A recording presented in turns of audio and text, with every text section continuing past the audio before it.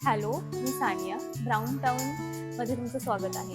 आज Valentine day, प्रेम व्यक्त करायचा दिवस. तुमच्या आणि माझ्या प्रत्येकाच्या मनात प्रेम ही भावना असते आणि ती आपल्या आवडत्या व्यक्तीसमोर व्यक्त करण्यासाठी कवितेसारखं चांगलं माध्यम नाही, नाही का? अशाच दर्जेदार कवितांचा बहारदार कार्यक्रम अक्षर अक्षर तुझेच आहे. तरुण कवी नैनेश अपूर्व अविनाश सारंग यांचा कविता ऐकायला आपण आलो आहोत आणि या कवींच्या कवितेपुढे माझं बोलणं तर काहीच नाही.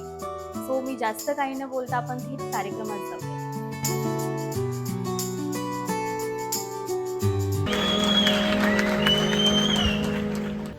आता दूर असतो किती मुश्किल घडी आहे.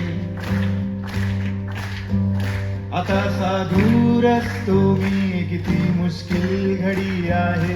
मी नसताना तिच्या सोबत